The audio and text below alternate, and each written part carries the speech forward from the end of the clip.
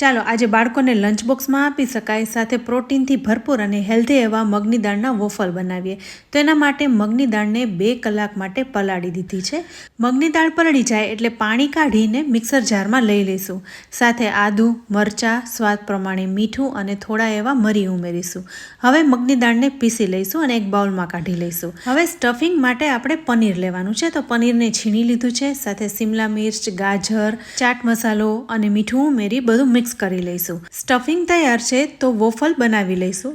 તો વોફલ મેકરમાં થોડું ઘી લગાવી લઈશું એટલે વોફલ ક્રિસ્પી થાય અને ચોંટે નહીં. તો મગની દાળના મિશ્રણને વોફલમાં રાખી દઈશું. સાથે થોડું સ્ટફિંગ ઉમેરીશું અને એની ઉપર પણ મગની દાળનું મિશ્રણ લગાવી લઈશું એટલે સ્ટફિંગ સરસ રીતના કવર થઈ જાય. હવે વોફલ મેકરને લોક કરી દઈશું અને થોડી વારમાં જ વોફલ તૈયાર થઈ જશે. આ વોફલને તમે ટોમેટો સોસ, ચટણી સાથે સર્વ કરી શકો છો.